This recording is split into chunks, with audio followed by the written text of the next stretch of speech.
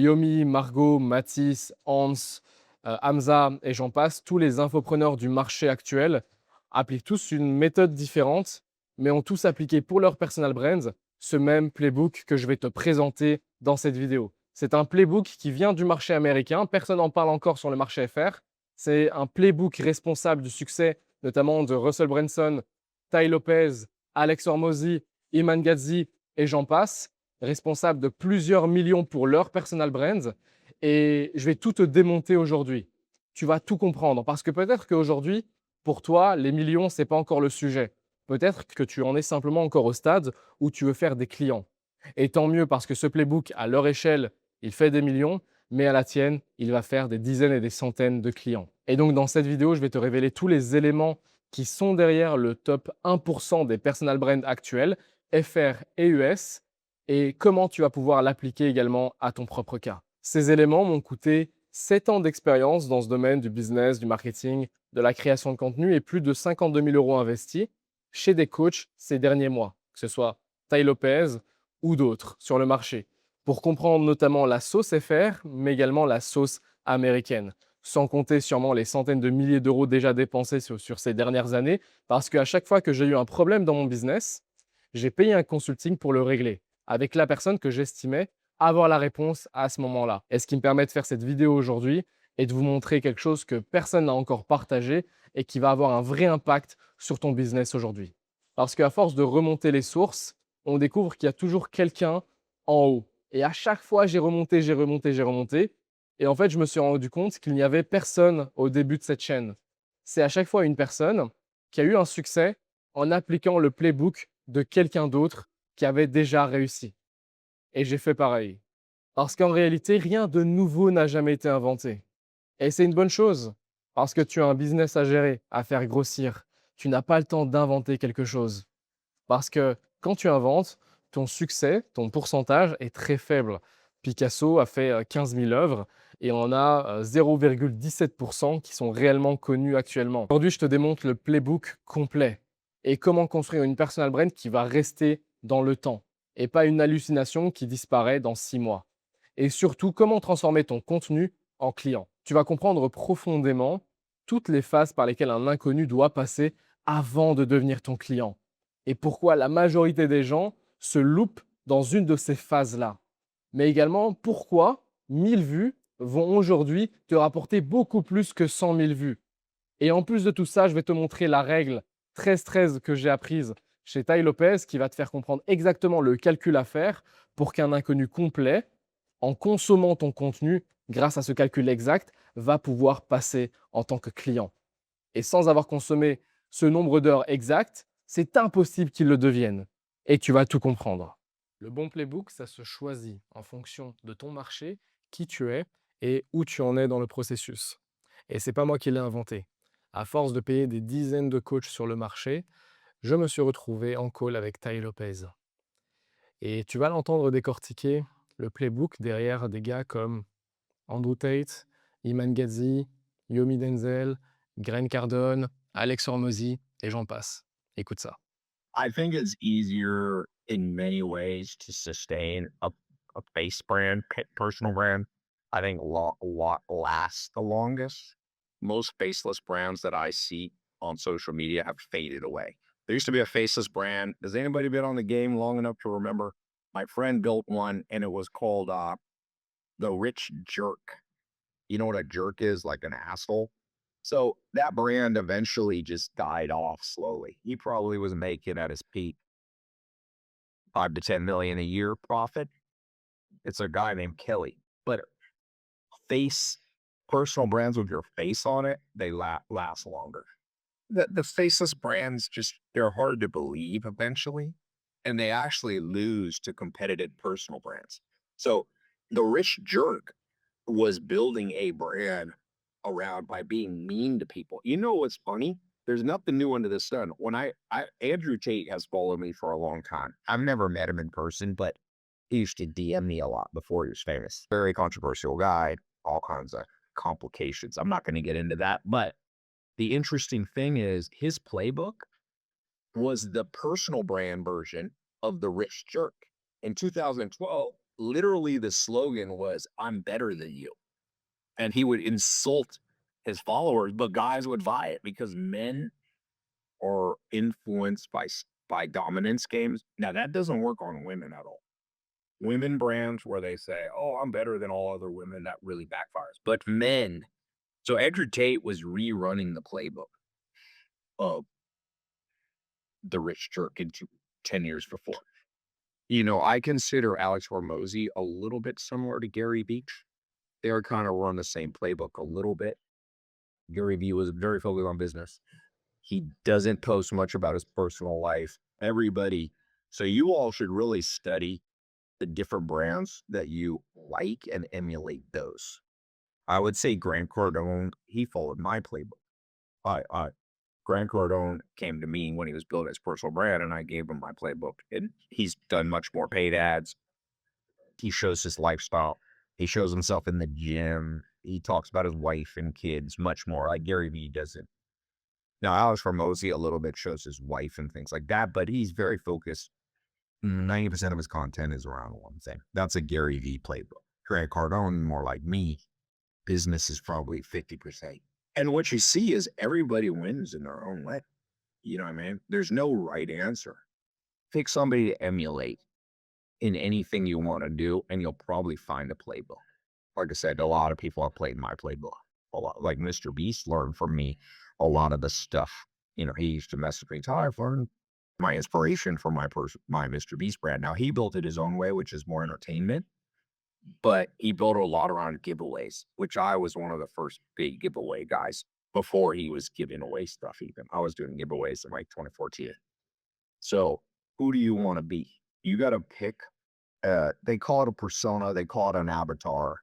Whatever. If you want to fucking try to sound smart in business, you can use all this jargon. I would just say, who do you want to emulate? Do you want to be Elon? Elon Musk has his own. Elon Musk is playing a playbook that other people have played before. Henry Ford, if you study financial history, was much more like Elon Musk. He was very controversial. He was louder. Like the Bible says, there's nothing new under the sun. There's nothing new under the sun. It's hard to come up with a brand. But whether you want to do faceless or personal, as I said, faceless are faster to build in a sense because you don't have to, you can use AI to record a lot of the content, but they usually don't last as long. You don't see many faceless brands unless they're like Apple or Nike. When you get huge, you can have a faceless brand, but smaller, medium-sized faceless brands tend to fade. Ce mec-là, c'est le gars qui a lancé Iman Gadzhi et plein d'autres entrepreneurs qui sont devenus des références dans leur domaine. Et dans cet extrait, tu n'as pas vu tous les archétypes. Tu as vu notamment le premier, qui est celui qui a été responsable du succès de Andrew Tate, que je vais détailler dans les prochaines minutes. Mais il y en a 8 autres que tu vas pouvoir utiliser. Et ce qu'il ne dit pas, parce que pour lui c'est une évidence, c'est que peu importe le playbook que tu vas choisir, l'ordre de construction, lui, ne va pas changer. Il y a 7 phases, toujours les mêmes, toujours dans le même ordre, et on les attaque directement après les archétypes. Car dans les 5 prochaines minutes, je te montre les 9 personnages que jouent les plus gros vendeurs du game. Tai Lopez, Alex Hormozy et 7 autres que tu suis déjà sans t'en rendre compte. Ce sont ces 9 personnages qui leur permettent de vendre des programmes entre 5 000 et 50 000 euros à des gens qu'ils n'ont jamais rencontrés. Et à la fin de cette vidéo, tu vas savoir exactement quel est ton archétype et quel playbook tu dois implémenter dans ta stratégie. Tu vas littéralement pouvoir jouer un playbook selon ta situation. Alright, donc le premier archétype qu'on va voir, ça va être notamment celui que Tai a cité lors du coaching, c'est le rich jerk. Donc tu vas voir à quel point cet archétype est puissant. Je vais te montrer un exemple sur le marché US, mais également sur le marché FR. Tu vas voir des personnes qui vont s'identifier dedans et tu vas enfin comprendre pourquoi ça fonctionne.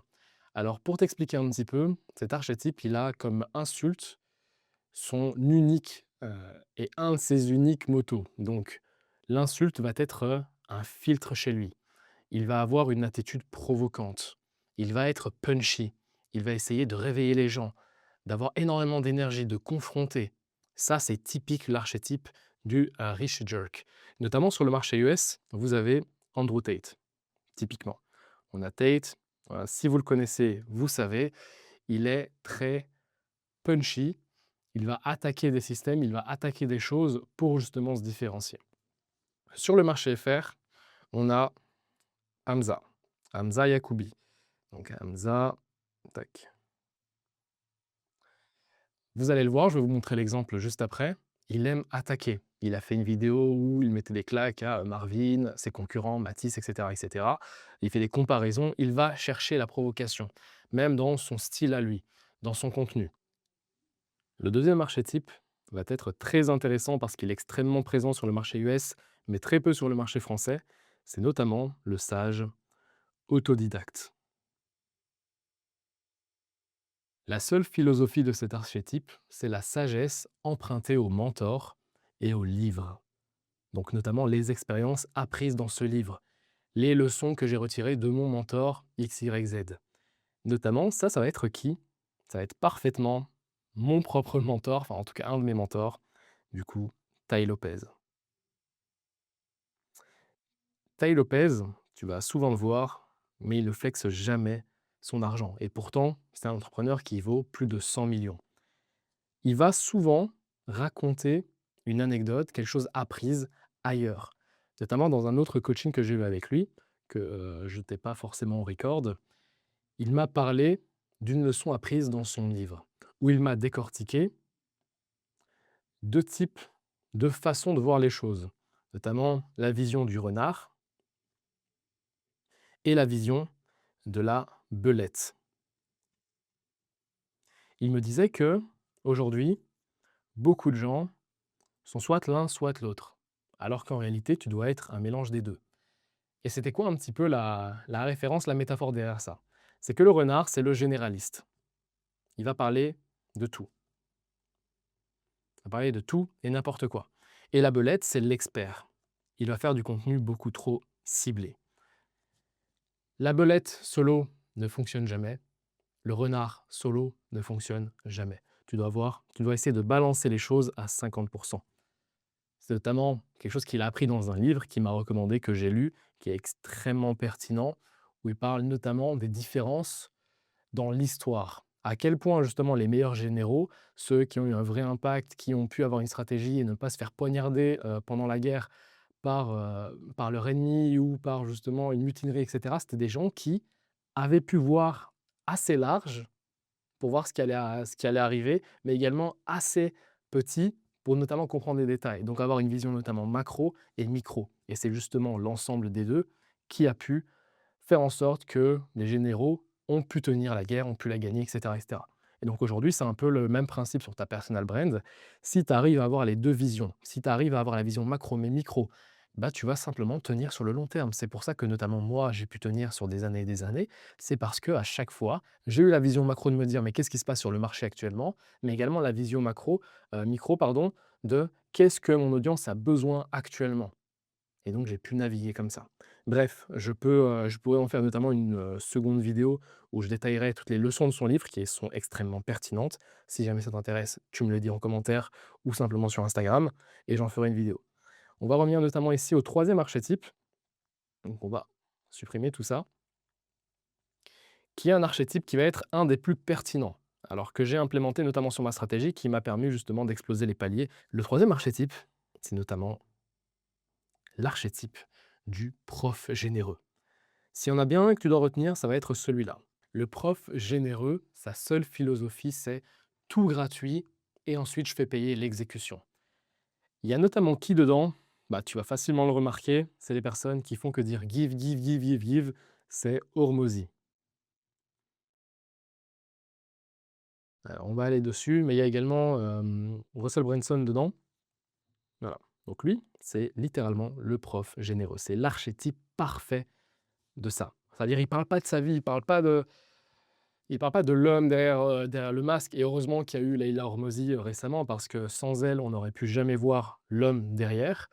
Mais Alex Hormozy, c'est simplement une bête d'exécution, une bête de valeur. Il va donner énormément, énormément, énormément de valeur. Il fait une vidéo YouTube littéralement chaque 2 jours.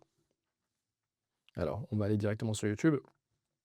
On est là, donc autant directement te montrer tout ça.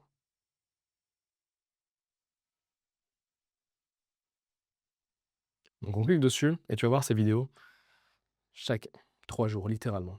1 jour, 4 jours, 9 jours, 13 jours, 2 semaines, 2 semaines, 2 semaines. Que de la valeur à chaque fois. Il donne plein, plein, plein de valeur qui sert à énormément d'entrepreneurs et c'est littéralement le meilleur archétype possible. Maintenant, tu vas comprendre que simplement faire ça, ce n'est pas suffisant. Alex Hormozy, il est là depuis longtemps, il peut se permettre de faire ça et même lui a changé sa stratégie actuellement et on va en parler juste après. Donc ça, c'est le deuxième archétype, le prof généreux. Alors c'est assez intense, donc je t'invite vraiment à être concentré sur cette partie-là parce que c'est la plus importante. Tu as vraiment besoin de noter tout ça, tu as besoin d'être présent avec moi parce que sans ça, tu vas pas pouvoir forcément avoir un business qui va tenir sur le long terme et pouvoir générer assez de revenus, assez de cash. Maintenant, le quatrième archétype qui va être notamment le mien, mais également un archétype très, très intéressant à exploiter. C'est celui du repenti. Je t'invite vraiment à rester concentré sur cette partie-là. Ça peut être peut-être assez intense, mais c'est celle qui va avoir le plus d'impact dans ton business. Le repenti, sa seule philosophie, c'est la rédemption. C'est dire aux gens, en résumé, j'étais au fond. Par exemple, la plupart des gens commencent ici, voilà, dans l'escalier, la plupart des gens commencent ici. Lui, il a commencé ici. Il avait moins 10K d'argent sur son compte, il était en dette, ses parents sont morts, il n'a pas de diplôme, et vraiment il a rien. Rien, rien, rien du tout. Et donc, à la force de son mental, il a gravi les échelons. Ça, c'est littéralement la philosophie du repenti et il va en parler. C'est ce que notamment j'ai fait, moi qui n'ai pas de diplôme, moi qui viens des quartiers, heu, un peu plus pauvres, sur Bruxelles et cetera. C'est littéralement mon histoire et je me rapproche énormément de cet archétype, mais je vais t'en parler juste après et tu verras notamment pourquoi ça m'a bloqué pendant très, très longtemps. J'ai pas pu exploser d'autres paliers à cause de cet archétype-là et aussi comment j'ai pu régler ce problème-là. Donc on passe notamment ici à la suite. Je t'ai donné l'exemple notamment, de moi sur cette partie-là, sur le marché FR, mais sur le marché US, tu as notamment Grant Cardone. Alors, je ne sais pas si tu sais, Grant Cardone, alors on va aller sur Safari directement. Si tu tapes Cardone, c'est littéralement le repenti. Tu vas le voir ici, regarde, dans le à propos, directement. Je zoome un petit peu pour que tu puisses bien voir. Grant Cardone a su tirer parti de son passé difficile pour devenir un modèle de persévérance et de réussite. Ça, c'est littéralement l'archétype du repenti. Tu le remarques maintenant. Et ensuite, conférencier et formateur commercial depuis plus de 30 ans. Ensuite, il a mixé avec un deuxième archétype. C'est notamment exactement la stratégie que je suis en train de faire. Ça, c'est notamment le prof généreux. Tu vas le voir par la suite. Voilà un exemple que beaucoup de gens connaissent. Grant Cardone, c'est littéralement une légende. Cinquième archétype, ça va être un archétype très très intéressant parce que c'est notamment celui d'Oussama Ammar. C'est l'insider. L'insider, sa seule philosophie, c'est te dire que l'industrie te cache quelque chose. L'industrie a des informations que toi, tu n'as pas. C'est une philosophie de vie. C'est littéralement aller chercher le secret, le fameux secret, le saint Graal, dans une autre industrie et l'implémenter chez toi. Oussama Ammar, il a commencé ses premiers storytelling par dire: j'ai découvert ce que la Silicon Valley nous cachait. Voici ce que eux font que nous, nous faisions pas. Il a commencé par ça. C'est littéralement cet archétype-là. Sur le marché US, on a notamment des niches, notamment en immobilier, qui font ça. En sixième archétype, nous avons un archétype qui est très très peu exploité, qui est notamment celui du moine. Alors ça fait bizarre dit comme ça. Je te rassure, on n'aura pas forcément besoin de se raser la tête. Le moine, c'est littéralement celui qui a le détachement comme philosophie, que l'argent est un sous-produit. Alors là, notamment, tu vas identifier quelqu'un de super connu sur le marché US. Peut-être que tu vas le connaître, c'est Naval. Naval, c'est la plus grosse référence du détachement sur le marché américain. Une image faceless d'ailleurs, on ne sait pas qui est derrière cette personne-là. Et il est super connu. Notamment, il a eu des façons de voir les choses, des philosophies, un détachement qui était tellement profond qu'il a impacté des millions de personnes. D'ailleurs, c'était une des premières personnes que j'ai suivies et avec laquelle j'ai basé mes premières stratégies sur Instagram, dont mon style d'écriture venait principalement de Naval. Ensuite, nous avons un archétype qui est assez intense et là, c'est un peu plus fun. C'est littéralement quelqu'un que beaucoup de gens admirent, que toi sûrement tu connais. C'est l'archétype du général, le fameux général de guerre. Et je parle pas d'Mbappé, je parle plutôt de gars qui ont comme philosophie la souffrance est une méthode. La souffrance est nécessaire. Ici, nous avons qui? Nous avons notamment Goggins. Je vais te le montrer tout de suite. Un extrémiste littéralement. David Goggins, ici, tu peux le voir. Tu vas le voir toujours en train de s'entraîner. Toujours en train de push, push, push, push, push. Don't fucking die like this. Te montrer que tu perds ton potentiel, que tu es en train de le gâcher. Montrer, regardez, ben là, on a son pied qui, parce qu'il a couru un ultramarathon de plusieurs jours. Et c'est toujours ça, et ça, et ça, tout le temps, tout le temps, tout le temps. Discipline, discipline, discipline. Souffrance, c'est ça qui construit une personne. Et c'est donc sa philosophie de faire. C'est persévérer, pas parce que tu es smart, mais parce que tu as une discipline. Ça, c'est notamment le 7e archétype qui fonctionne extrêmement bien. En fait, c'est un peu le bourrin. Au final, c'est ça. Le 8e archétype, ça va être notamment un qui est très peu exploité. En fait, pas du tout exploité en réalité. Il y en a très, très peu, à part dans la version humoristique sur Instagram, sur le marché français. C'est notamment l'aristocrate.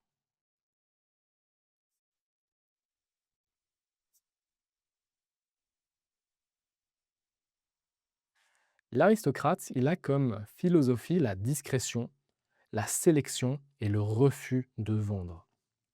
Alors, pour parler notamment de la partie marketing, on a ça pas mal dans la partie humoristique, on a des gens qui imitent les riches, et cetera, cette aristocratie, mais ce n'est pas forcément les choses qui vont nous intéresser. On va notamment avoir la grande marque Hermès qui fait ça,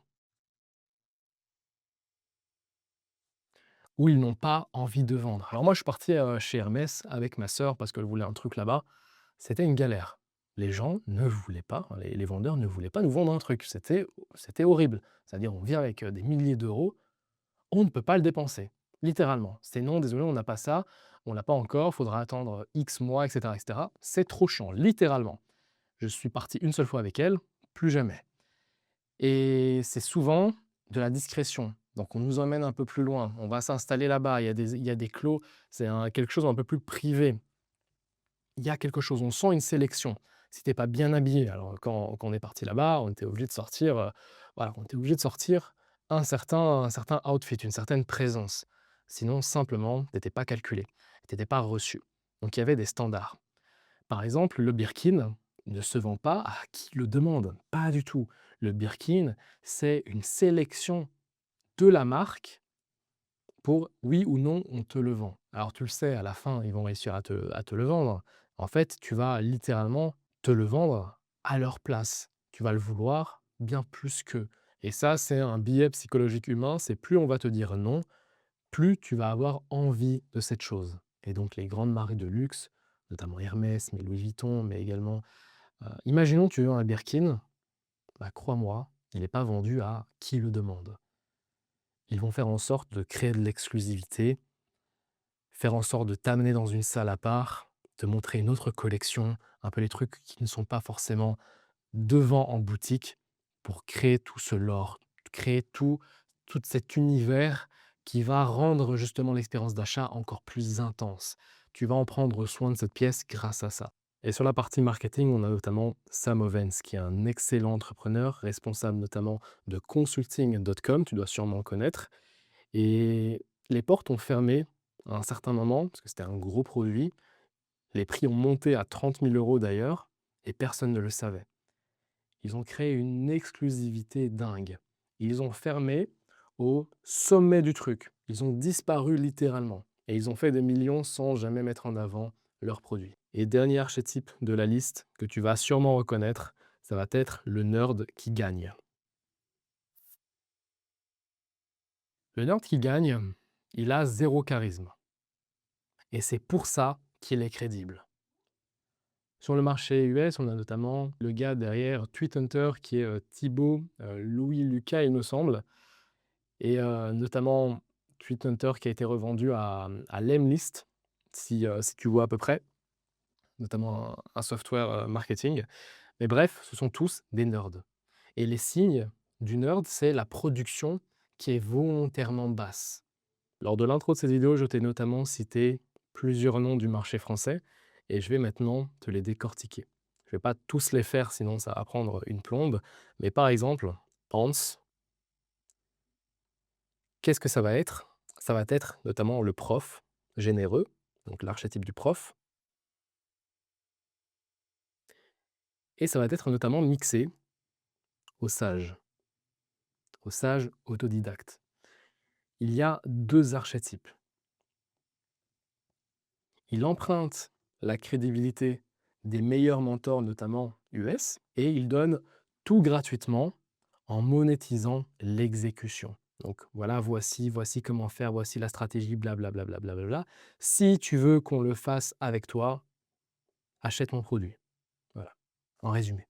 Et donc, à chaque fois qu'il va s'entourer de mentors US, il va renforcer son archétype parce que c'est cohérent. Quand on va le voir notamment avec Soego, par exemple, pour ceux qui connaissent un petit peu. Soego, qui est un autre acteur de la création de contenu et du business sur le marché US. Quand on va le voir, ça va créer une association. C'est de l'association, c'est un billet marketing qui va renforcer sa perception. Et donc, les gens qui sont aware, qui sont conscients que c'est un gros acteur qui, du coup, s'est présenté avec lui, alors, techniquement, son produit vaut le coup. Il doit sûrement avoir fait un transfert de connaissances de lui à lui. Et donc, investir avec lui va sembler de plus en plus évident. Et plus il va ajouter des acteurs de son marché, plus il va pouvoir augmenter en termes de perception. Et son archétype va être de plus en plus renforcé. C'est de cette manière-là qu'il va pouvoir scale. Maintenant, pour citer une deuxième personne, on a notamment Matisse. C'est le gars qui a le dernier archétype. Donc, Matisse, le dernier qu'on a cité, qui est donc le nerd.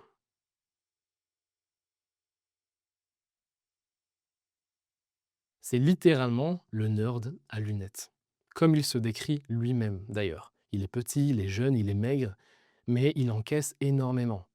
Et il mixe ça, notamment avec le prof généreux. Ce qu'il va faire, notamment, créer du contenu en montrant un peu la dissonance entre ce qu'il est et ses résultats. Parce qu'il est très jeune, et je pense qu'il a 22 ans, et il fait 150K par mois en moyenne. Et donc, quand tu combines les deux, il y a une dissonance. Ça crée de la tension.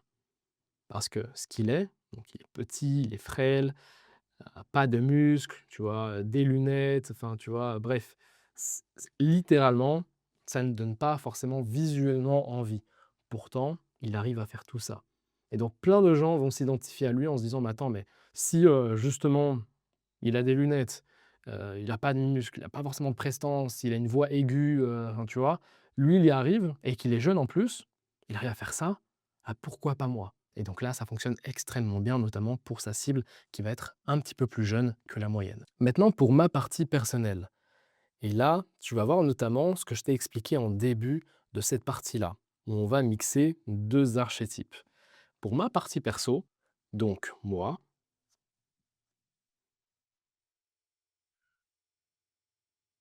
on aura deux archétypes principaux. Le repenti, comme je te l'ai dit, et le prof généreux.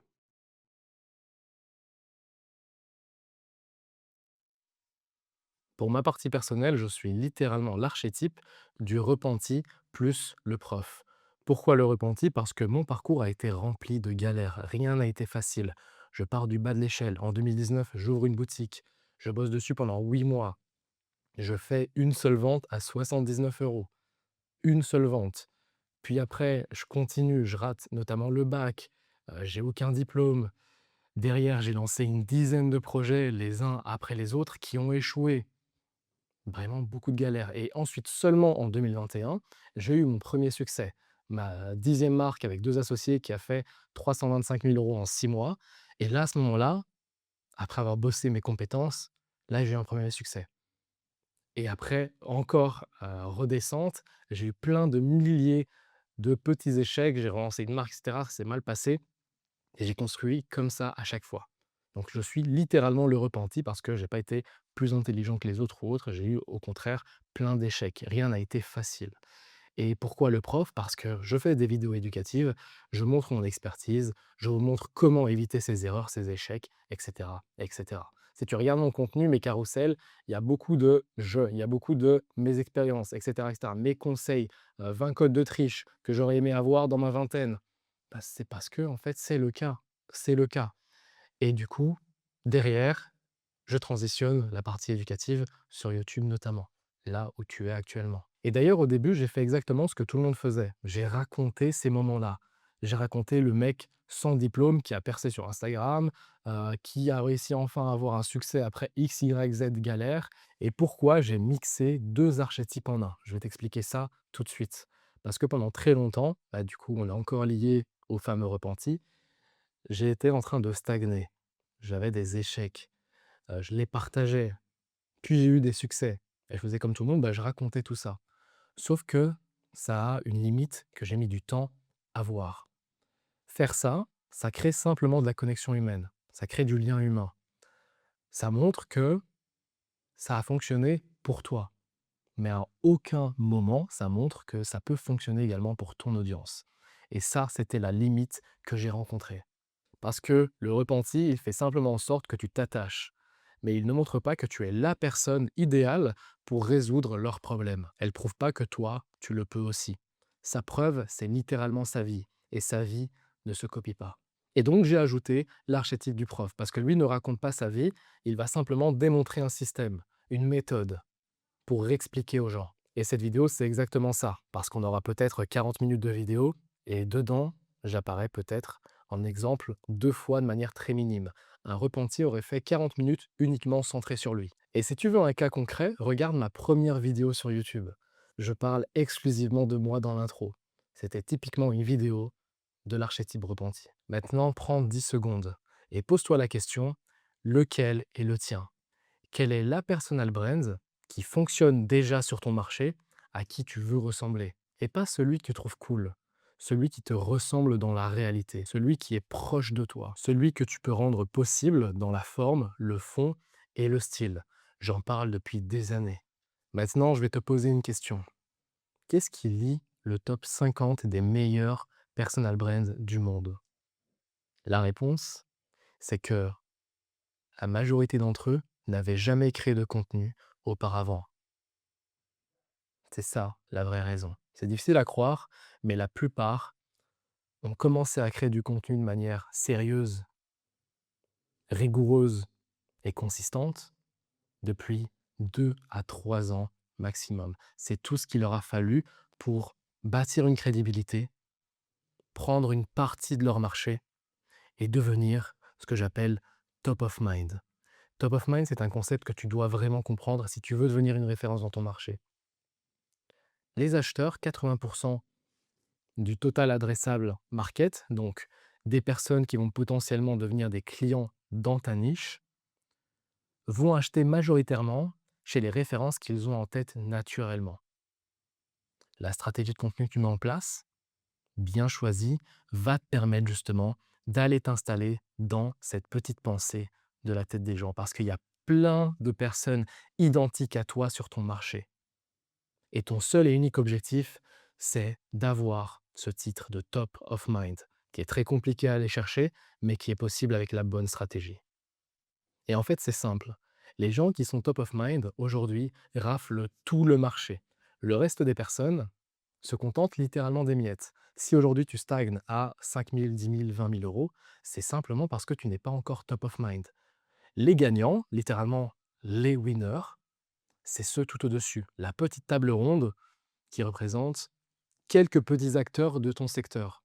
Et puis tu as 80 personnes, ou même des centaines et des centaines en fonction de ta niche, qui se ressemblent globalement toutes. Et tu passeras à 50, 100 000 et plus par mois seulement au moment où tu seras un top of mind. Tu viens de choisir ton personnage et là, tu te dis que tu as ce qu'il te faut. Non, parce que dans les 10 prochaines minutes, je vais te montrer les 7 étages et l'ordre exact dans lesquels ils se montent. Et c'est d'ailleurs là où 99% des gens se plantent sans jamais le voir. C'est le système que j'ai reconstitué en décortiquant les 9 comptes qu'on vient de voir et plus, alors qu'ils sont dans 9 niches et ont 9 personnalités totalement différentes, qui n'ont rien à voir. Et c'est le même ordre chez les 9. Si tu retiens une seule chose de cette vidéo, c'est cette partie-là. Donc, écoute bien. Une fois que tu as ton archétype, la vraie question à se poser, c'est pas qu'est-ce que je poste, mais plutôt dans quel ordre. Parce que personne n'achète un accompagnement premium ou un accompagnement même à 10 000 euros en ayant vu simplement une seule vidéo.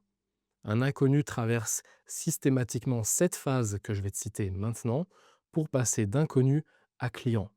Et la plupart des gars que je viens de citer les traversent sans même jamais les nommer. Et c'est pour ça qu'on décortique tout ça aujourd'hui, parce que à ton niveau, tu en as besoin. Et sans ça, tu vas pas pouvoir passer les prochains paliers. Et tout ça, ça a un nom très spécifique que j'appelle notamment le protocole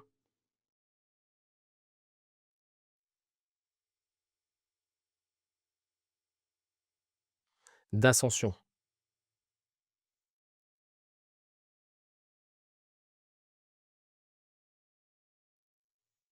Et je vais maintenant te révéler les 7 phases exactes de ce fameux protocole. La première phase de ce protocole, c'est notamment la phase de nouveauté. La phase de nouveauté, elle est extrêmement nécessaire si tu veux que ton contenu se fasse remarquer dans cet océan de contenu actuel. Tu dois bien comprendre que ton cerveau est câblé pour la nouveauté. Ce qui a permis à l'espèce humaine de survivre depuis des millions, des milliards d'années, c'est grâce à ce jet de dopamine qui vient exclusivement du facteur de la nouveauté. C'est quand il apercevait dans son paysage un élément nouveau, son cerveau se mettait en alerte. Parce que potentiellement, ça pouvait être un prédateur, ça pouvait être une catastrophe naturelle, quelque chose qui arrivait.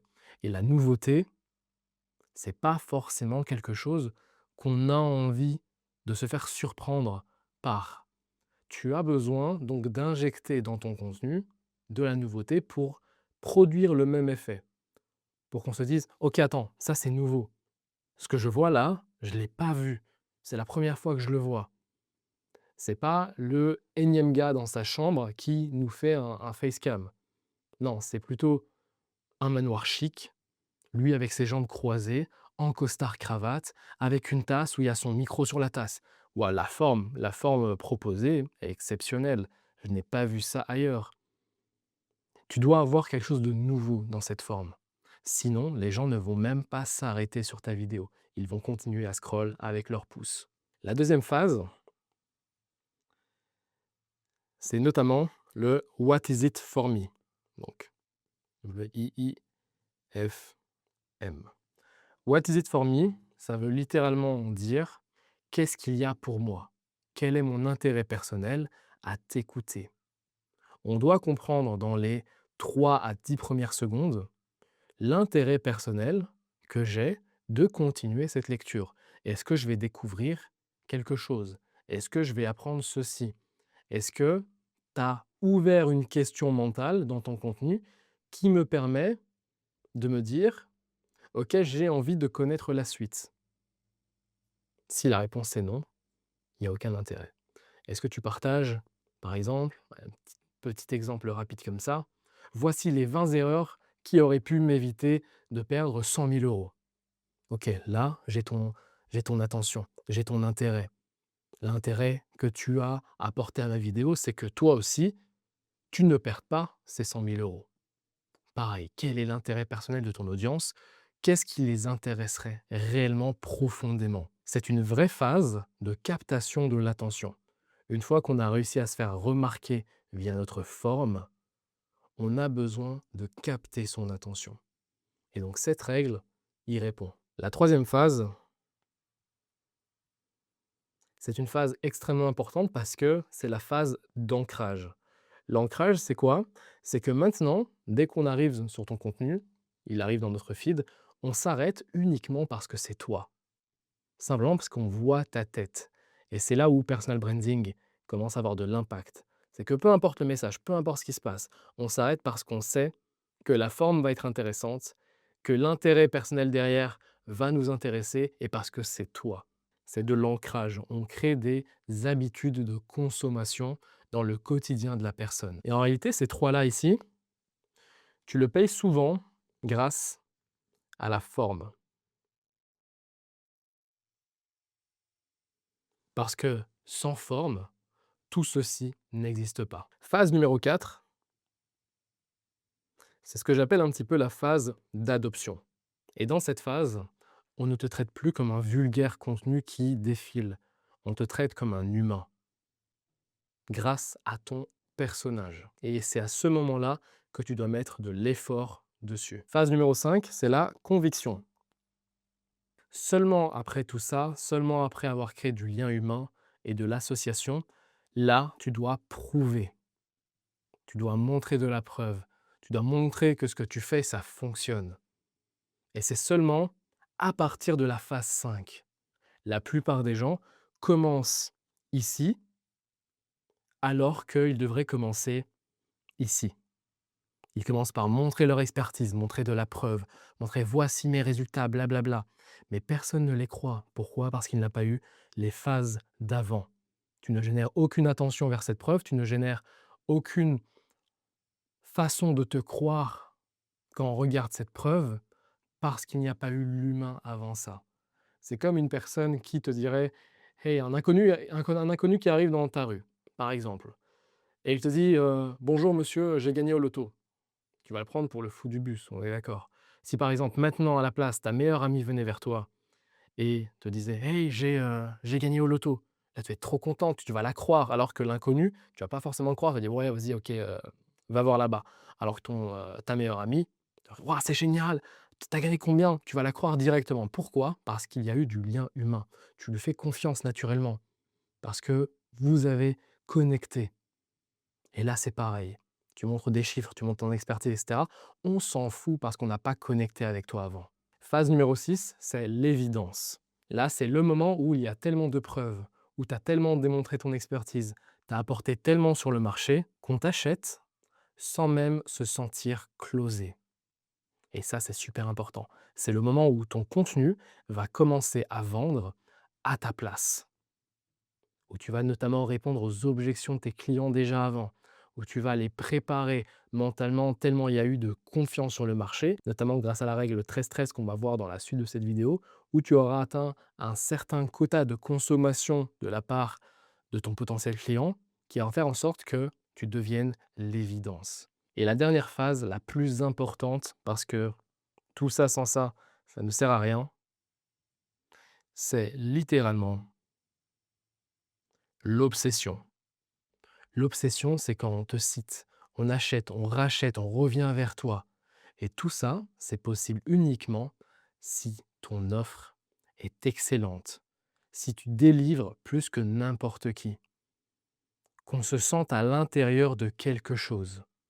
Et à ce moment-là, tu vas commencer à créer des obsessionnels. On va aborder le sujet plus tard, mais c'est une notion que tu peux déjà garder en tête parce que ça se passe à ce moment-là. On a tendance, surtout sur le marché FR, à bâcler l'offre, alors que tout se joue à ce moment-là précis. Et donc au final, on a la nouveauté, le what is it for me, l'ancrage, l'adoption, la conviction, l'évidence, l'obsession, toujours dans cet ordre-là. Parce qu'au final, si on voit un petit peu d'un ensemble un peu plus reculé, d'une vision macro, on voit qu'au début, nous avons la forme. Ensuite, nous avons le personnage ici. Ensuite, ici, c'est une question, au final, d'offre. La conviction, l'évidence, l'obsession, c'est directement lié à ça. On a 3 grosses parties techniquement qui nous servent dans l'objectif de devenir la référence, de faire en sorte que cet inconnu se transforme en client. Tu dois avoir une stratégie basée sur ces 7 phases précises et dans cet ordre précis. Et d'ailleurs, ce sont des cycles qui se répètent dans ta stratégie de contenu. C'est pour ça que c'est très important de la travailler minutieusement. Et tout le problème du marché, c'est que la plupart vendent à la phase numéro 1, alors qu'on commence à acheter seulement à la phase numéro 6. Donc je vais te montrer un petit exemple avec mes posts, ce test des 20 derniers posts. J'ai pris ici la capture d'écran et je les ai numérotés. Par exemple, ici, POV de te faire arnaquer par un setter, c'est un contenu de personnage. Ici, la raison pour laquelle tu restes pauvre, c'est typiquement de la forme, tu vois, il y a un décor différent. Là, pareil, c'est un contenu très mainstream, juste post. Donc là, on a 2, un. Là, on a 3, c'est un podcast, donc c'est de la preuve.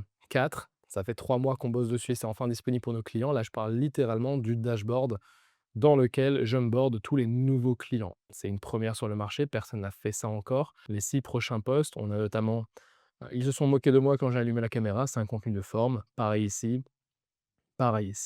post et oubli. Là, on a mis un taux horaire en avant, donc on a mis notamment de la preuve sociale, donc là c'est du 3.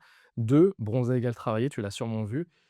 C'est typiquement mon humour, ma façon d'être ironique, mais également un truc que je pense, et c'est du contenu de personnage.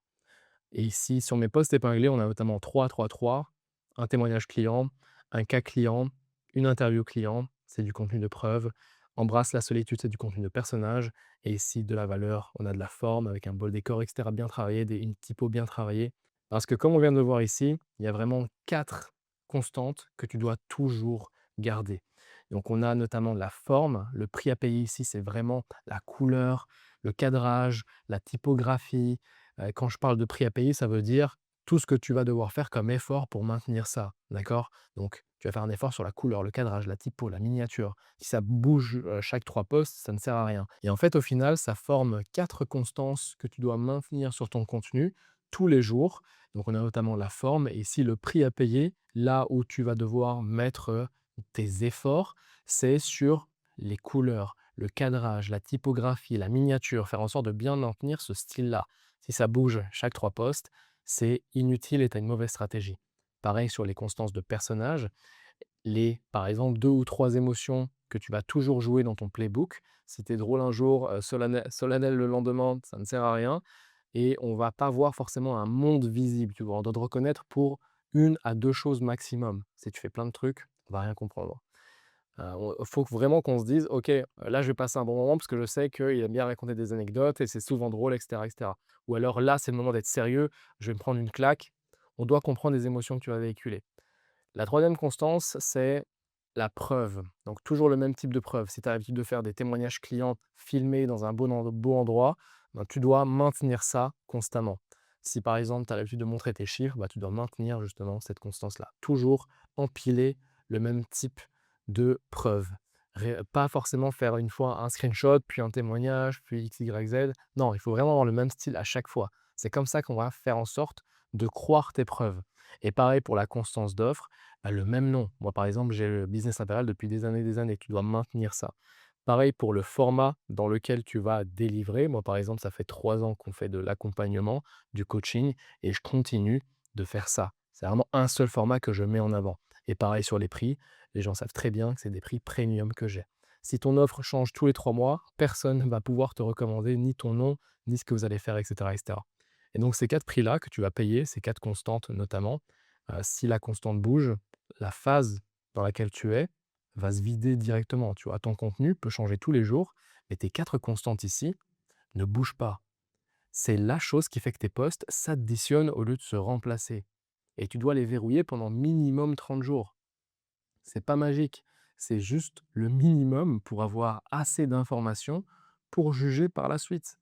Parce que tu vas pas juger au feeling, tu vas pas te dire: «OK, là non, il faut que je fasse ça, non, il faut que je fasse ça». Non, si tu pilotes au feeling, bah, tu vas te retrouver comme ces personnes qui changent leur bio chaque semaine parce que: «Ah bah, voilà, là ça, visuellement j'aime pas trop, j'ai envie de mettre ça aujourd'hui, puis je vais mettre ça». Ces gens-là n'auront jamais de résultat. Toi, tu dois juger selon les informations. Là, je vais faire du contenu de forme sur cette forme-là, j'en fais pendant 5, 10 contenus. Est-ce que ça performe? Oui, non. OK, ça performe pas, cette typologie ne fonctionne pas, ce type de couleur ne fonctionne pas, je vais changer. Pareil pour le personnage, là j'ai essayé d'être drôle. Est-ce que les gens ont réagi? Non. OK, je vais essayer un autre style qui est aussi, proche de moi. Je vais essayer peut-être un style ironique, par exemple. Ça fonctionne pas, on continue. Pareil pour les constances de preuve. Est-ce que cette preuve-là eu de l'impact ou non? Pareil pour l'offre, est-ce que ce nom-là a résonné? Est-ce qu'on l'a cité? Oui ou non? Et puis tu changes et puis tu testes, tu varies, tu testes plein de choses. Moi, j'ai testé, quelques noms d'offres et j'en suis venu en fait au fait que voilà, je vais, rester sur le programme Business Impérial parce que c'est ce qui résonne le plus. On me nomme comme ça et donc je l'ai maintenu. Tu dois vraiment avoir ces 4 constants. Je te promets que ça va tout changer dans ta stratégie de contenu. Pilote-la de cette manière-là et tu verras que ça va avoir un impact énorme. Déjà, juste sur la partie personnage, on en a parlé tout à l'heure, mais ça représente 50% du contenu. Et en fait, ce que tu comprends pas, c'est que la forme amène au personnage et le personnage fait en sorte qu'on te croit sur notamment la preuve et l'offre que tu vas partager. Et c'est pour ça qu'aujourd'hui, nous avons des stratégies d'organique plus de l'ADS, de la publicité, parce que justement, l'organique ici va permettre de faire en sorte qu'on t'apprécie et l'ADS va simplement retargeter les ICP, donc les gens qualifiés pour ton offre, et les convertir. Parce qu'ils ont déjà vu ton contenu, donc ils t'apprécient, et donc la preuve et l'offre va résonner beaucoup plus. Et c'est une stratégie d'ailleurs que je commence à mettre en place. Je t'en parlerai peut-être dans une prochaine vidéo, mais c'est extrêmement puissant.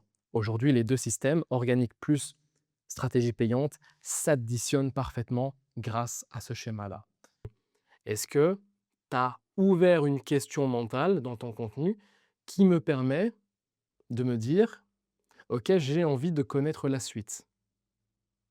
Si la réponse est non, il y a aucun intérêt. Est-ce que tu partages, par exemple, ouais, un petit exemple rapide comme ça: «Voici les 20 erreurs qui auraient pu m'éviter».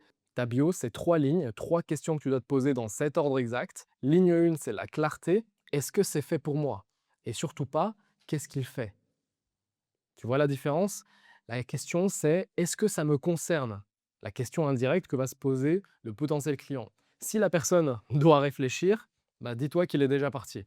La ligne 2, c'est la crédibilité. Bah, pourquoi toi? Une seule chose vérifiable, pas 3. Une seule preuve. Parce que 3 preuves dans une bio, c'est comme 0 preuve. C'est quelqu'un qui cherche justement laquelle va marcher.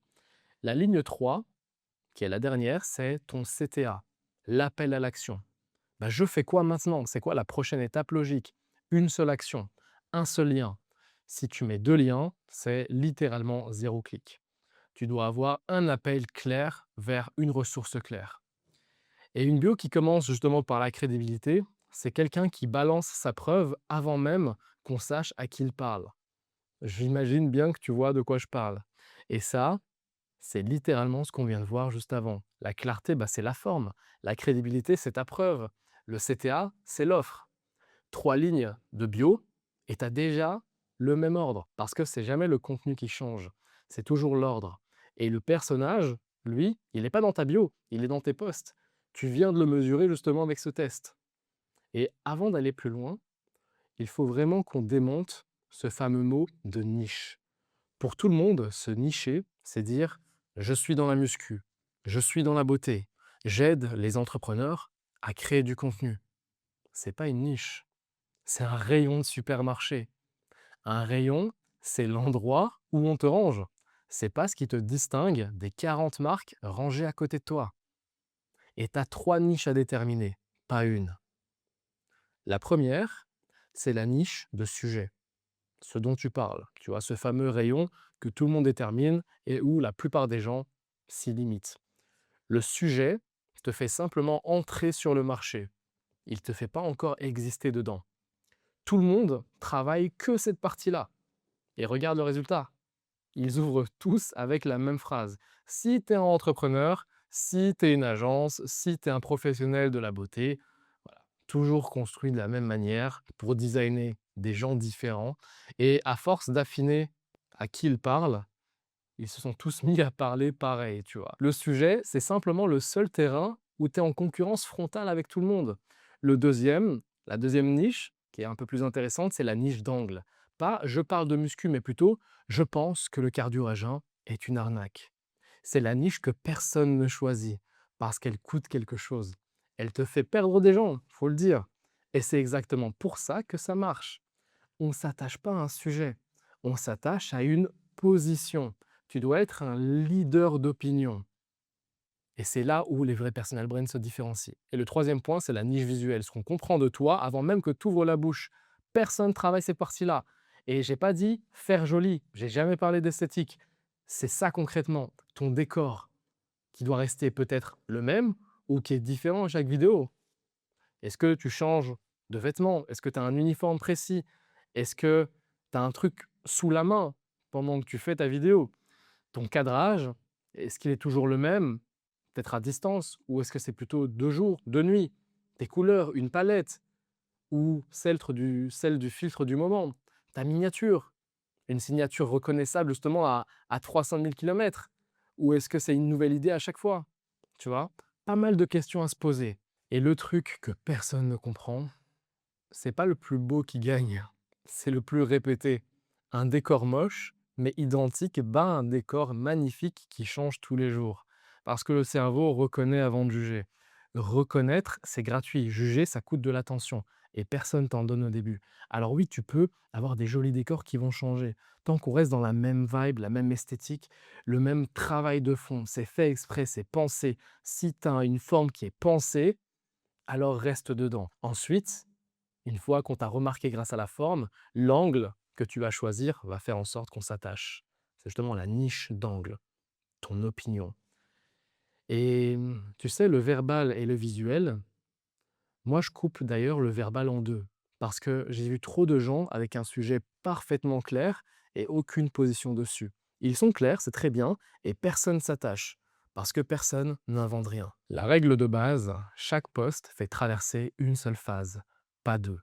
Tu peux pas faire passer quelqu'un de la phase 1 à la phase 6 avec un post. C'est pour ça que ton contenu de vente ne convertit pas d'ailleurs. Tu demandes à des gens en phase 1 de prendre une décision de phase 6. C'est incohérent, c'est illogique.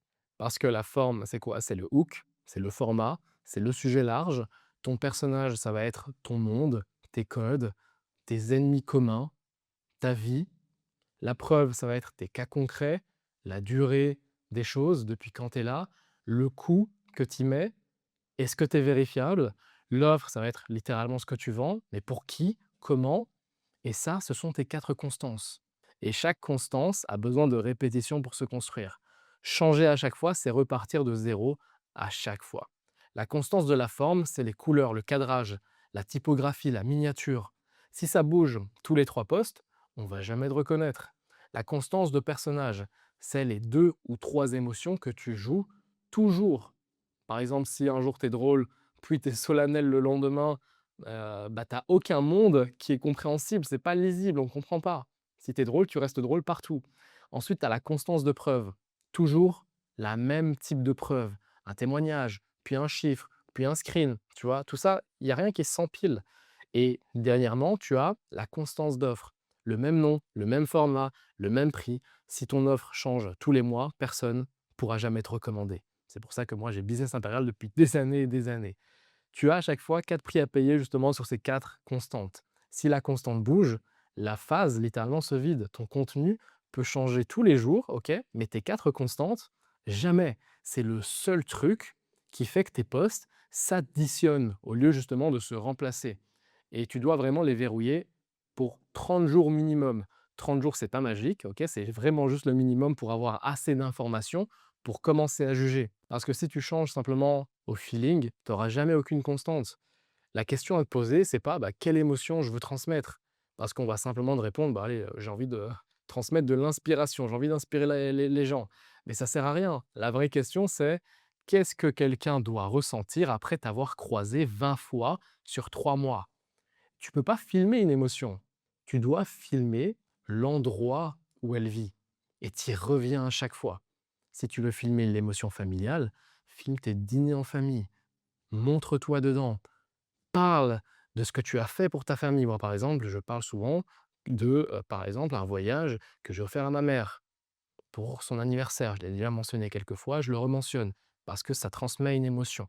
Par exemple, si tu veux transmettre la discipline, alors tu dois répéter le sport, le réveil, les répétitions qui sont visibles. Si tu veux transmettre l'émotion de la maîtrise, du calme, alors tu dois montrer un espace épuré, de la lenteur. Si tu veux montrer de la discipline, tu dois montrer ton sport régulièrement, tes réveils, de la répétition visible. Si tu veux transmettre du calme et de la maîtrise, montre un espace épuré, de la lenteur. Si tu veux montrer de l'intensité de travail, montre des nuits passées, à chaque fois à travailler jusqu'à 23 h, minuit, 1 h, des deadlines. Si tu veux montrer de la proximité, ben, va faire des contenus en voiture, en marchant, caméra à la main. Si tu veux montrer que tu es rigoureux, voilà, montre des tableaux, montre des chiffres, fais des analyses à l'écran. Si tu veux montrer de l'exigence, par exemple, montre les lieux de tournage, le matériel, l'entourage, que justement tu as mis plusieurs équipes dessus, etc., etc. C'est pour ça que ça doit toujours être dans cet ordre-là. Tu commences à comprendre, parce que si tu en loupes un, tu payes le prix plus tard, aussi simple que ça. Et tu commences à comprendre pourquoi il ne faut pas sauter une phase. Et d'ailleurs, elles sont compatibles entre elles, ces émotions. La discipline plus l'intensité, ça se tient. La discipline plus la nonchalance, ça annule tout. Et elles doivent découler notamment de ton archétype. Sinon, tu as deux systèmes qui se contredisent. Et si tu veux tester ça, coupe le son sur 5 de tes contenus. Et si on ne peut pas nommer l'émotion derrière, c'est qu'elle n'existe pas. Tu l'as peut-être juste dite, mais tu ne l'as pas montrée. Et le piège, c'est justement que tes contextes doivent sortir de la vraie vie. Tu ne dois pas les inventer. Si tu mets du matcha parce que ça fait bien et que tu n'en bois pas, ça va se voir au bout de 3 posts. Tu dois choisir en fonction de la réalité, pas du contexte que tu as envie de montrer. Et tu les repères justement dans ce que tu fais déjà. Et ensuite, tu décides justement de les montrer ou pas au montage. Ensuite, tu as la partie preuve. Ce sont 3 choses: la durée, ce que ça t'a coûté, le fait qu'on puisse vérifier les informations, c'est tout ça. Le reste, sinon, c'est que du flex. Et le flex, ça fait redescendre les gens à la phase 1. Et d'ailleurs, je l'ai fait devant toi au début de cette vidéo. Je t'ai mentionné 7 ans d'expérience et le coût des informations que je te révèle actuellement. C'est exactement ça. Et les gens aiment beaucoup parler de ratio, donc 30% de tofu, mofu, blablabla. Mais si tu veux vraiment un chiffre, la moitié de ton contenu, ça doit être de la phase personnage. C'est justement le prix que personne ne veut payer. Et c'est celui qui rend tout le reste possible. Personne n'a envie de créer de contenu autour de soi. Et pourtant, c'est ce qu'il faut faire. Donc voilà, maintenant tu as le système complet. Je t'ai dit au début que personne n'était au début de cette fameuse chaîne. Et c'est une bonne chose parce que si c'était un don inné, on serait littéralement mort parce que personnellement, j'ai pas de don. Et eux non plus n'ont pas de don. Ils ont simplement respecté un ordre précis. Et un ordre, ça se copie. Sauf que tout le monde copie le contenu sans voir ce qui se joue derrière. Et ne copie pas leur contenu, copie justement cet ordre, ces phases que je t'ai montrées. Le protocole d'ascension. Cette phase, dont à chaque fois 4 constantes que tu dois maintenir. Ces 4 choses, c'était notamment la forme, le personnage, la preuve et l'offre. Dans cet ordre-là, jamais un autre. Chaque chose a une constante à maintenir et un prix à payer personnel. La constante bouge, mais la phase ne bouge jamais. Et je te le répète parce que c'est super important. La preuve avant l'adoption, c'est un argument de vente. Après, c'est une confirmation. La même preuve peut avoir un effet inverse. Un post, ça fait traverser une seule phase, jamais deux. Et la moitié de ton contenu doit être du contenu de personnage. Le prix que personne ne veut payer, c'est celui qui rend tous les autres possibles. Rappelle-toi de ça. Donc voilà, c'est tout le système. Maintenant, je vais te demander un truc un petit peu bizarre. Regarde cette vidéo plusieurs fois, au minimum 3 fois. Parce que la première, tu viens de la faire, tu commences à être intéressé au concept. Et donc, tu n'as même pas encore compris. La deuxième, tu le refais notamment avec un carnet peut-être, une prise de notes. Là, tu commences à comprendre. Et ensuite, tu vas commencer à faire la pratique. Au bout de la troisième, ça va commencer à s'ancrer dans ton cerveau. Et d'ailleurs, tu peux même aller bien plus que ça. Moi, la plupart du temps, je regarde même 4, 5, 6 fois un même contenu intéressant pour être sûr de l'avoir compris et mis en pratique. Le but, c'est pas que tu visionnes ça sans jamais passer à l'action, parce que tu le sais bien, ça sert à rien, mais c'est que tu puisses prendre ces informations-là parce que je t'assure qu'elles vont faire la différence dans ton business et de les appliquer réellement à ton cas. C'est un seuil que tu dois vraiment atteindre. Sans ça, ça va être compliqué d'avoir un système bien structuré. J'ai mis plus de 52 000 € dessus. 7 ans à reconstituer ce que tu viens de voir. 3 visionnages, c'est pas cher payé. Et 2 choses avant que tu partes et que moi j'aille déjeuner enfin dans ce petit café là-bas au bord de la côte à Malfitaine parce que je commence à avoir très faim. envoie-moi le message ordre en message privé sur Instagram et je t'enverrai un récapitulatif de tout ce que je t'ai expliqué, avec la grille complète, le tableau des 4 constantes à remplir et même le test des 20 postes. C'est moi qui vais répondre personnellement, donc si jamais tu as une question également, n'hésite pas à me la poser. Ça ne sera pas mon équipe, pas un bot, pas un setter, ça sera bien moi. Et au passage, j'accompagne des gens sur tout ce que je viens d'expliquer. Donc si ça t'intéresse, c'est directement dans la description. Et pour finir, pour créer des obsessionnels, tu dois d'abord en devenir un. Ça passe par augmenter un maximum ton expertise et la partager un maximum en délivrant de la meilleure manière possible. On délivre comme des malades, on se renseigne comme des malades et on profite comme des malades.